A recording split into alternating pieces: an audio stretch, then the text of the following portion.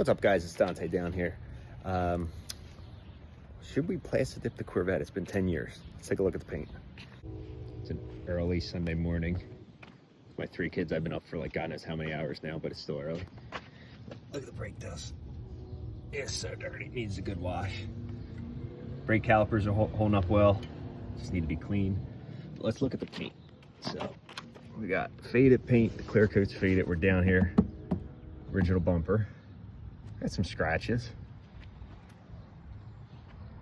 This side looks good. Wrap's faded.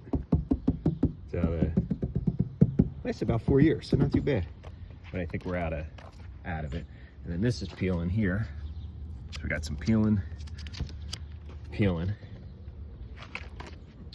And this is PlastiDip down here with the red pinstripe. So what I'm thinking is go back to blue or red. I had the vet blue about 10 years ago when I last dipped it back in 2014. Won a trophy on the boardwalk at the vet show.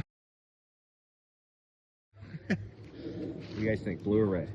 What color should I dip it? I'm thinking I got a new OEM badge to put on, and then I was thinking of doing all these grills, just blacking them out.